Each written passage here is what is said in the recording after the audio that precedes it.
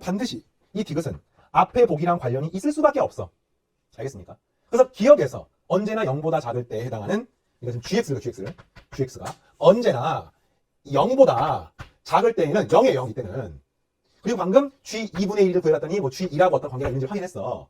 그치? 그럼 재미있는 거는요, 문제가 x가 1보다 크면 어떻게 되냐면은, x가 1보다 커요. 얘가 얼마가 됩니까?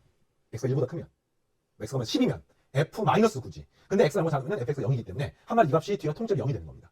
그러니까 인테그럴 0부터 10까지를 하게 되면은 이 값이 뭐가 되는 거예요? 0이 되는 건가? 아니지. 0부터 10까지 하게 되면은 이게 0부터 1까지는 문제가 없는데 이게 1이 넘어가는 순간 이 값은 그냥 무조건 0이 되는 겁니다. 왜 그런지 알겠습니까? 왜냐면 아까는 0보다 작을 때는 얘가 0이었는데 이제 1보다 커버리면 얘가 0이란 말이야. 그럼 그 파트는 적분해봤자 싹 다 0이기 때문에 결국에는 요것만 살아있는 겁니다. 알겠습니까? 0부터 1까지 적분만 살아있는 거야. 근데 0부터 1까지 적분이 쉽게 말하면 적분하는 구간 중에서 제일 큰 구간이죠. 왜냐면 0부터 1 때는 이 값도 양수고 이 값도 양수고 어쨌든 그 양수인 파트를 적분하는 거기 때문에 결국에는 요 형태가 십자가에서 양수니까 결국에는 0부터 1까지 적분이 제일 큰 값이 되는 거야. 따라서 인테그 0부터 10까지도 뭐하고 똑같아요? 그냥 인테그 0부터 1까지 g라고 똑같아.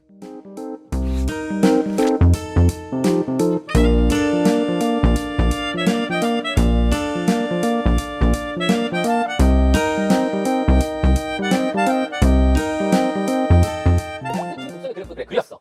K에 의해 F가 바뀌어. G는 고정이 돼 있어. 두 그래프가 만나는 점에 Y좌표가 A라고 한다면 fx 이꼴 A가 되도록 하는 X들의 모임, 그 집합은 gx 이꼴 A가 되도록 하는 X들의 모임, 집합에 포함이 돼. 이걸 해석해야 돼. 얘를 쉽게 얘기하면 이거야. 우리가 A가 B의 부분 집합입니다. 오랜만에 집합 얘기했지, 1학년 수학을. A가 B에 포함이 된다라는 것의 의미는 X가 A의 원소가 되면 모든 X에 대해서 A의 원소가 되는 모든 X는 B의 원소가 돼야 돼. 그러니까 X가 A에 속하면 B에도 속해야 돼. 얘가 참이 돼야 돼. 이 뜻이야.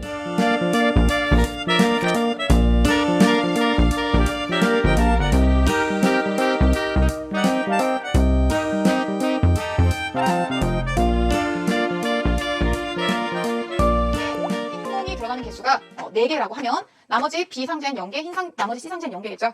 자, A라는 상자에 3개가 들어간다면 그럼 여기는 1개고 여기는 0개가 되거나 아니면 여기는 0개거나 1개일 거예요. 자, A라는 상자에 행동이 2개가 들어간다면 여기는 나머지 2개가 들어가고 0개가 들어가거나 아니면 1개이거나 아니면 0개 2개가 될 겁니다. 맞아요? 또 있어요. 자, 행동의 개수는 먼저 적겠습니다. 이제 행동이 4, 3, 2가 되는 경우 다 적었죠. 그럼 이제 1이 되는 경우랑 0이 되는 경우가 나왔어요. 자, A라는 상자에 행동이 1개 들어가게 되면 B라는 상자랑 C라는 상자에 들어가는 합은 3이니까 3, 0이거나 2, 1이거나 1, 2거나 3, 2, 1, 0, 3이거나 이런 경우가 있고요. 또 A라는 상자에 0개가 들어간다면 자, 4개, 0개, 3개, 1개, 2개, 2개, 1개, 3개, 아니면 여기가 0개, 4개 이렇게 주어지겠죠. 아니 선생님 너무 많은 거 아니에요? 라고 생각할 수 있지만 그 다음은 끝입니다. 그리고 이게 6월 모평에 우리가 풀었었던 유형과 패턴이 굉장히 똑같아요. 결국 경우의 수는 다양하게 나누지만 이 각각의 경우에 대해서는 굉장히 단순한 중복 조합으로 우리가 구하면 된다.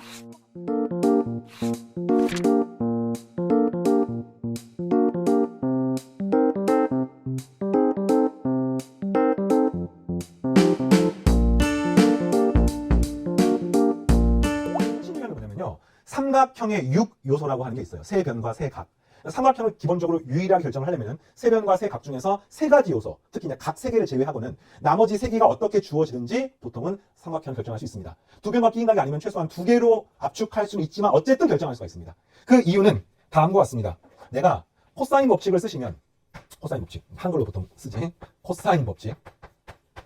이 코사인 법칙을 쓰시면 삼각형이 있으면 예를 들어 A제곱은 B의 제곱 더하기 C의 제곱 마이너스 2BC의 코사인 A 이러기 때문에 두 변과 끼인 각을 알면 나머지 변 길이 구할 수가 있는 거예요. 또는 세 변을 알면 한 각을 구할 수가 있습니다. 이런 식으로 코사인 법칙을 알면 두 변 또는 세 변이 주어진 경우에 어떤 정보를 구할 수가 있는 거야. 알겠니? 자, 그에 반해서 사인 법칙은 뭐냐? 사인 법칙은 얘가 사인의 A분의 A는 사인의 B분의 B 해서 두 변과 한 각이 주어질 때는 반드시 하나의 변과 하나의 대각, 그러니까 서로 마주보고 있는 변과 각을 알아야지만이 얘를 구할 수가 있는 거고요. 자, 그렇지 않은 일반적인 경우는 보통 이래요. 한 변과 양 끝각 알겠습니까? 한 변과 양 끝각이 주어지면 자동적으로 이 두 각으로부터 나머지 한 각을 구할 수가 있습니다.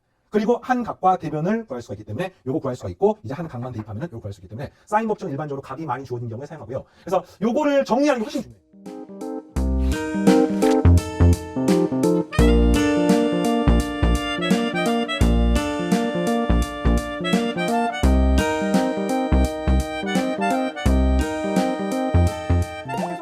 얘는 제일 크고 얘는 제일 작으면 절대값은 또 크기 때문에 두 개 값은 음수값을 가지면서 절대값이 제일 커지기 때문에 최소가 되지 않겠습니까? 근데 그 순간이 바로 눈에 보이지요. 뭐 하는 순간이야. 여기서 이제 이런 센스가 있어야 돼요. 쌤이 수차례 강조했지만 수능 문제 풀다가 이런 미분의 활용 문제를 풀다가 답이 되는 순간이 이거랑 관계가 있습니다. 답이 되는 순간이 바로 정답 접선과 관계가 있습니다. 심지어 작년 수능 30번 문제도 접선, 심지어 작년 수능 30번 문제도 공통접선, 이 문제도 공통접선, 수업 시간에 쌤도 공통접선, 수능 개념 진행할 때 공통접선 카테고리 따로 만들어가지고 요걸 그대로 이야기했었어요. 네. 수능 특강이나 수능 완성만 듣고 수능 개념 안 듣는 학생들은 요 파트만 한번 쌤 수능 개념 교재가 EBS 홈페이지에 올라와 있으니까 쌤 페이지에 자료실에 올라와 있으니까 이걸 활용하시고 그래서 바로 대강 확실하진 않지만 대강 이런 정도로 여기에 접하고 여기에 접할 때가 보입니까? 그때가 요 B값도 가장 작고 기울기도 제일 클 수밖에 없어요. 이거보다 기울기가 클 수는 없어 보이잖아요. 그지? 이거보다 B값이 더 작을 수 없어 보여요.